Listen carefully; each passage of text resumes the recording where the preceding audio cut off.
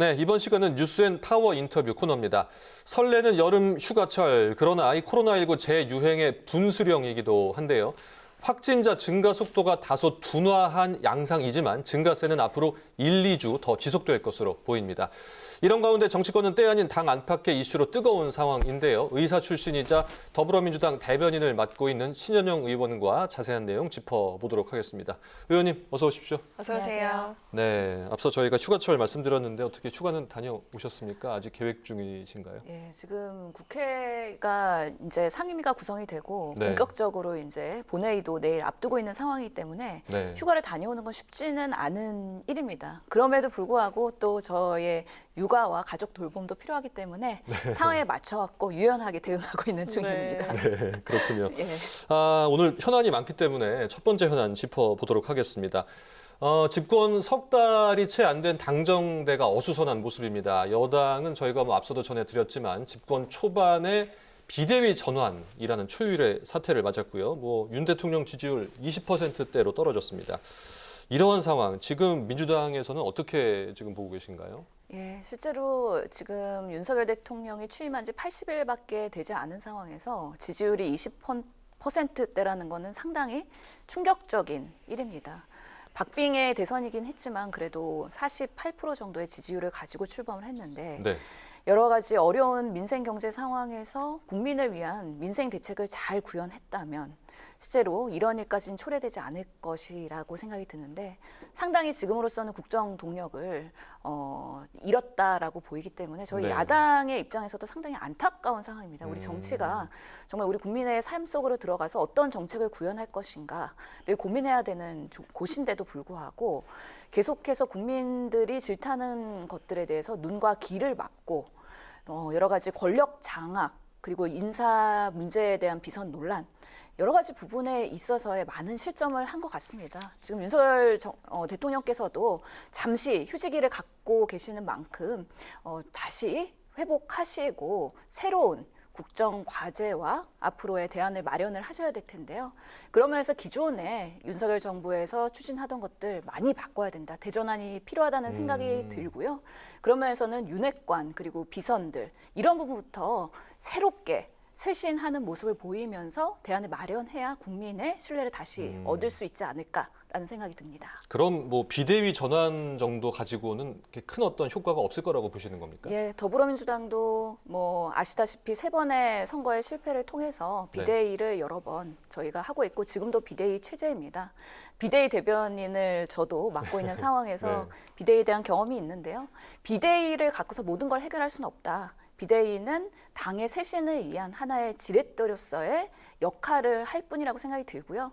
그러면서 국민의힘이 지금 정부와 어떻게 협력을 하고 어떤 역할을 해야 될지에 대해서 다시 한번 성찰할 수 있는 비대위가 되어야 될 거라는 생각이 들고요. 권력 다툼을 하는 모습이나 아니면은 정말 국민들이 원하지 않는 민생을 외면하는 모습, 이제는 좀 버려야 되지 않을까라는 좀 조언도 드리고 싶습니다. 네. 자, 이제 바로 내일입니다. 행안부의 경찰국이 공식 출범을 하는데요. 이게 경찰 장악이다, 경찰 견제다, 찬반이 여전히 팽팽한 모습입니다. 근데 초유의 경란은 소강이 됐습니다. 사실 강경 대응을 민주당이 예고를 했는데 사실 이 경찰국 출범을 막을 만한 뾰족한 방안이 마땅치 않은 상황인 것 같거든요. 어떻게 보십니까? 네, 저희도 전략회의를 통해서 이제 순차적으로 대응을 해야 된다라는 고민을 하고 있기 때문에 이 부분에 대해서 문제점을 명확하게 앞으로 지적하는 그런 역할을 할 거라는 말씀을 드리고요. 특히나 지금 경찰국 신설, 국민들께서는 여론조사를 통해서 56% 이상이 경찰의 권력 장악을 위한 윤석열 정부의 문제다. 라고 판단하고 계십니다. 이런 고집을 계속해서 정권이 부린다면 앞으로의 지지율 그리고 국민들이 더 외면할 수 있다는 거를 충분히 감안을 하셔서 대안을 마련하셔야 될 거라고 생각이 듭니다. 윤석열 정부의 특징이 어떤 것든 간에 뭔가 국민들의 여론 수렴이나 아니면은 논의 과정을 배제하고 일방적으로 결정하고 툭 내던진다는 것이죠. 그런 면에서 경찰국 신설에 대한 것도 시행령 입법 예고 기간을 40일의 그런 기존의 원칙을 준수하지 않고 4일 만에 졸속으로 한 부분. 특히 그리고 최근에는 또 초등학교 입학 연령을 1살 낮추는 부분도 국민들이 그동안의 많은 의견들과 그런 여러 가지 다양한 그런 논의들이 있었음에도 불구하고 추진하기 어려웠던 건데 일방적으로 툭 내던지는 모습 이런 것들에 상당히 윤석열 정부 문제 있다라고 질타를 하는 만큼 경찰국 신설에 대한 부분도 충분히 다시 검토하셔야 되지 않을까라는 생각이 듭니다. 네, 그런 맥락에서 이런 기류가 있었는데요. 이상민 장관 해임론, 더 나아가서 탄핵론이 있었는데 지금 어떻습니까? 예, 저희는 관련해서 저희 당 내에서의 TF가 있습니다. 이 부분에 대해서도 당연히 검토가 될 거고요. 가능한 방법을 모두 다 검토해서 순차적으로 대응을 할 것이다라는 말씀드리겠습니다. 네. 네. 이 경찰대 개혁을 지금 행안부가 또 다음 목표로 제시를 하고 있더라고요. 경찰국 신설에 반대하는 뭐 경찰대 출신을 직격한 방안이다. 뭐 이런 얘기도 있고. 그래서 민주당에서는 경찰대 출신과 비경찰대 출신 갈라치기다 이렇게 반발을 하고 있는데요. 지금 대응을 어떻게 검토하고 계십니까? 예, 이 논의의 본질은 경찰대에 대한 개혁은 아닐 거라고 봅니다. 지금 경찰국의 무리한 신설로 인해서 여론이 악화되기 때문에 결국에는 경찰대에 뭔가 특권이나 기득권을 타파하겠다라는 것으로 논점을 흐리는 게 아닌가 싶습니다. 시각을 약간 돌리는 의미로. 그렇습니다. 네. 경찰대도 그동안에 뭐 과도한 특혜가 있지 않냐. 그리고 이전 20대 국회에서도 이 경찰대를 뭔가 좀 개선하기 위한 다양한 입법들이 추진된 바가 있습니다. 그렇기 때문에 경찰대 출신들의 과도한 부분에 대해서는 당연히 논의와 개선을 해야 되는 부분들이 국회 내에서 있어야 되는 부분이고요. 네. 지금 윤석열 정부의 문제점은 다시 한번 말씀드리지만 국회와 충분히 논의하지 않고 협치나 통합의 모습이 보이지 않는다는 것입니다. 그러면서 일방적으로 메시지를 전달하고 툭 던지는 부분들에 있어서 제1야당으로서 그리고 국회의 기능을 무시하는 것들이 문제이기 때문에요. 이런 부분도 같이 우리가 상임위 그리고 관련 특위에서 논의를 하면서 대안을 마련해야 된다라고 생각을 합니다. 네, 경찰국이든 뭐 경찰대 개혁이든 그 행정부가 입법부와 잘 협의를 해서 추진을 해야 된다 이렇게 정리를 해주셨습니다. 네, 의원께서 저희 뉴스앤 파워 인터뷰 코너에 여러 번 출연해 주셨습니다. 저희가 좀 코로나19 확산세가 커질 때 의원님을 또 이렇게 초대를 했는데 좀 이번에도 좀 시의적절하게 또 저희가 이번에도 인터뷰를 또 요청을 드렸는데요.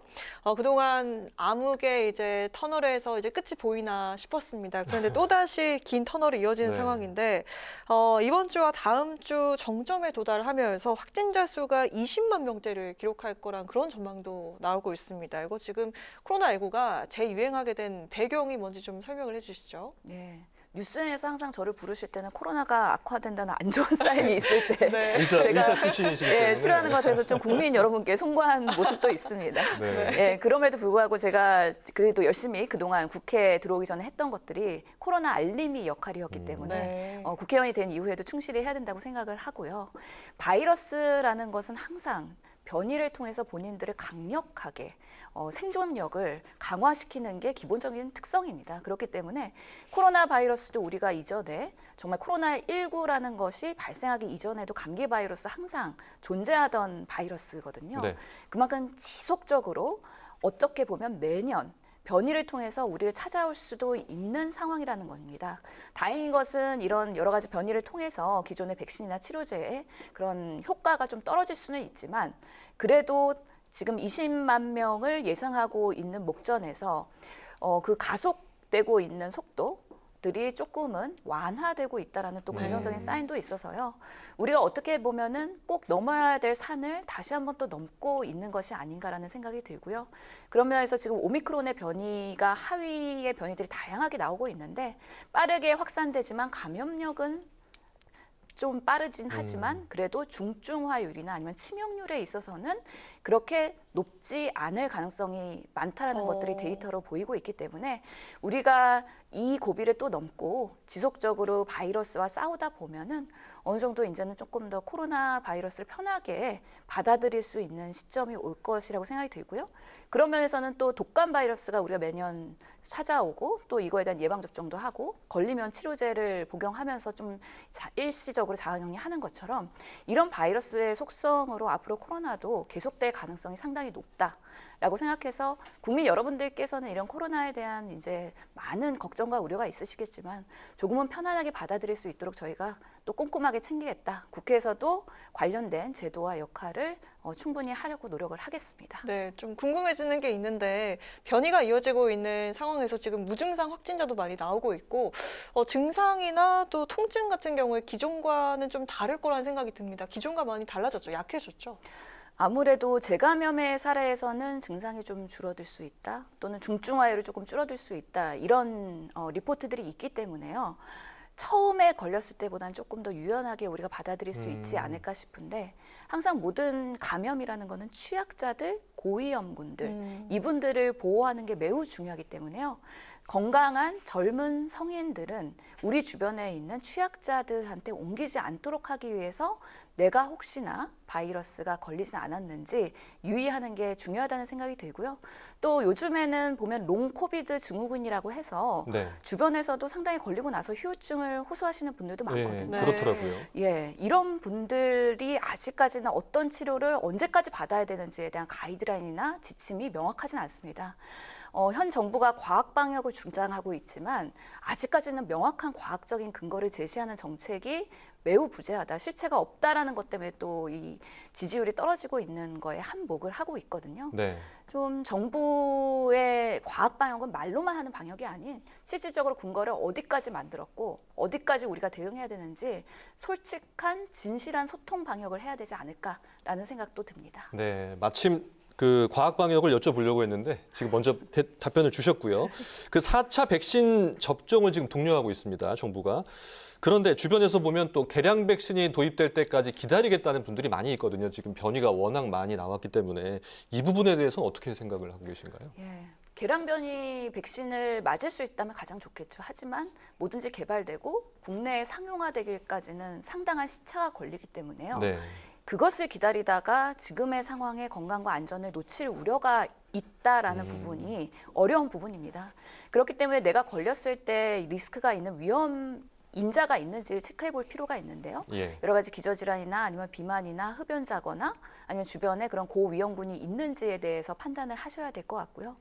다만 지금 우리가 이전 문재인 정부에서도 어려웠던 것이 3차 접종, 4차 접종에 대해서는 백신 접종률이 상당히 협조율이 떨어지고 있어요. 떨어지죠. 예. 그런 이유는 맞았더니 얼마나 예방이 될까에 대한 회의감도 있고요. 예. 아니면 맞은 사람들의 부작용에 대한 부분도 국가가 제대로 대응하지 못했다는 불신도 있습니다.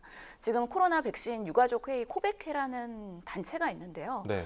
이번 정부에서는 국가 책임, 뭔가 그런 이상 반응 부작용에 대해서 대응을 하겠다라고 약속을 했음에도 불구하고 충분한 보상과 이들의 아픔을 그리고 이들의 눈물을 닦아주는 데는 역부족이라는 생각이 듭니다. 그래서 전문가들이 하는 과학 방역이라는 기치도 나쁘진 않지만 그것보다는 현장에서 정말 백신을 맞고 힘들어하시는 분들이 왜 아직도 보상을 못 받고 있는지 그 인과성 인정에 있어서의 심의 과정에서 어떤 절차적인 문제점이 있는지 이런 부분들에 대한 소통을 충분히 하셔야 된다.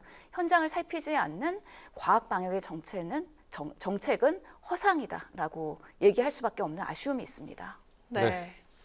당내 차기 당권 상황도 짚어보도록 하겠습니다. 당초에는 민주당 그 전당대회 흥행에 빨간불이 켜질 거란 전망이 상당히 많았는데 근데 상당히 좀 예비 경선이 뜨거웠다고 들었습니다. 맞습니까? 예.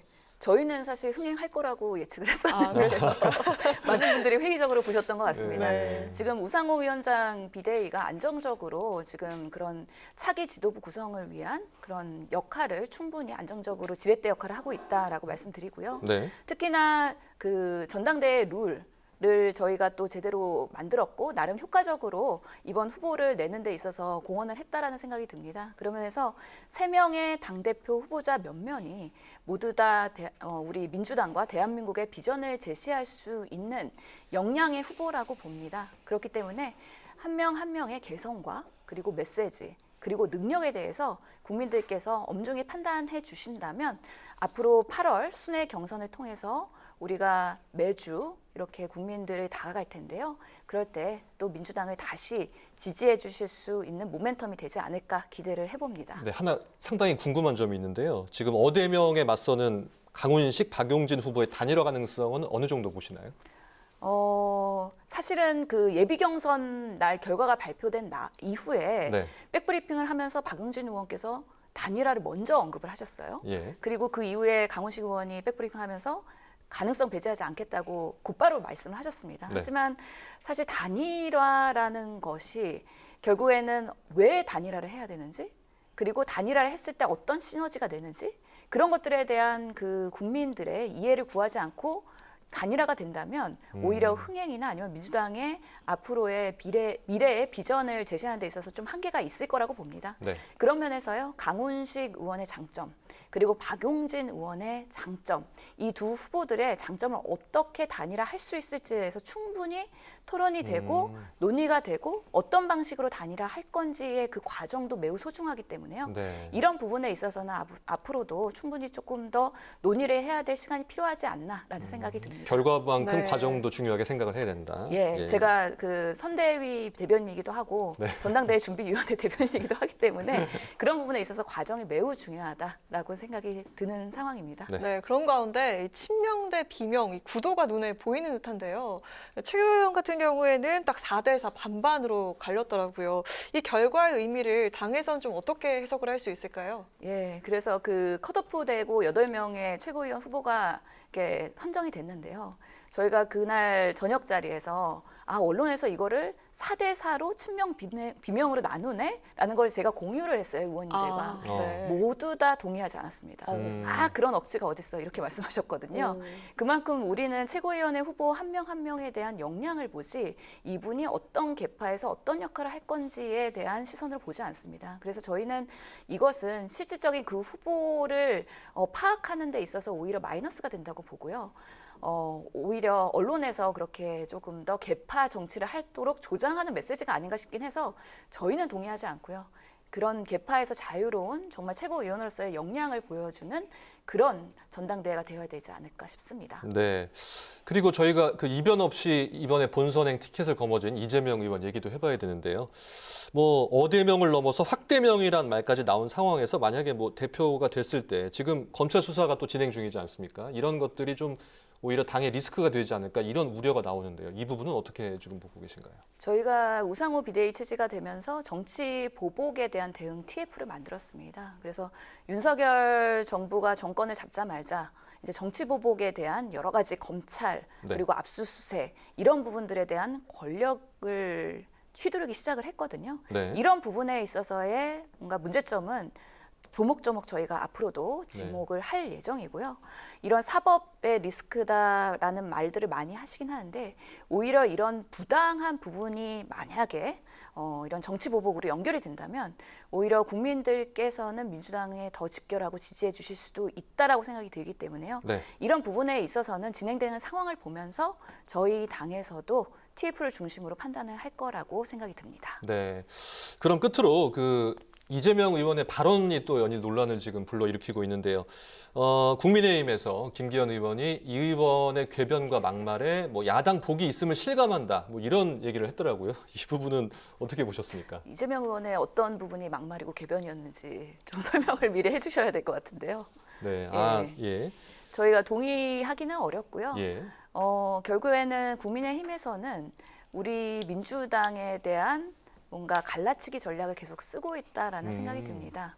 마치 계파 갈등이 있고 분열이 일어날 것 같고 민주당이 분당이 될 것 같고 이런 시각으로의 그런 갈라치기 메시지를 내고 있는데요. 그런 것들은 사실 저희가 여당이 지금 지지율이 떨어지고 윤석열 정부가 지지율이 떨어진다고 해서 갈라치기에 대한 메시지를 내고 있지는 않습니다. 네. 오히려 국정 동력을 상실할까 걱정이 돼서 조금 우려와 애정 어린 조언을 하고 있거든요. 예. 그런 면에서 우리 국회나 정치, 특히 여의도 정치에서는 상대방에 대해서 이런 갈라치기나 분열의 언어를 쓰는 것 자체가 저로서는 정치인으로서는 하지 말아야 될 그런 발언이지 않을까 싶긴 해서요. 그런 부분에 있어서는 좀 동의하기가 어렵다라고 생각이 듭니다. 네, 알겠습니다. 오늘 여러 가지 사안을 중심으로 짚어주셨는데요. 앞으로 활발한 의정활동 부탁드리고요. 또 코로나19 재확산세를 막는 데도 힘을 많이 보태주시기 바랍니다. 뉴스엔 파워 인터뷰 지금까지 더불어민주당 대변인인 신현영 의원과 함께했습니다. 오늘 말씀 감사합니다. 고맙습니다.